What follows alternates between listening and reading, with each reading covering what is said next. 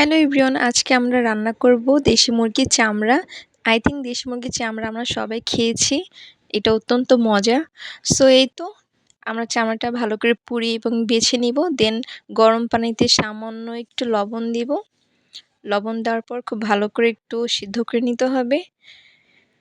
তারপর পরের স্টেপে আসতে হবে। দেন আমাদের কাঁচা মরিচ, পেঁয়াজ সামান্য একটু তেলে ভালো করে আমরা ভেজে নিব। আর হ্যাঁ, আপনারা কারা দেশি মুরগির চামড়া খেতে পছন্দ করেন অবশ্যই কিন্তু আমাদেরকে কমেন্ট করে জানাবেন। আই থিংক এটা সবাই আমরা পছন্দ করি কম বেশি। সো যাই হোক, আমরা লবণ, সামান্য লাল মরিচ, দেন হলুদ, মুরগির মাংসের মশলা সব কিছু একটু একটু করে দিব।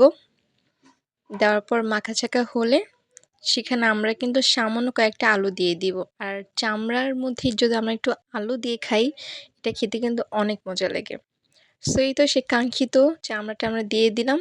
এটা খেতে এত মজা হয়েছিল, ভিডিও করতে করতে আমার জিভে একদম পানি চলে আসছে।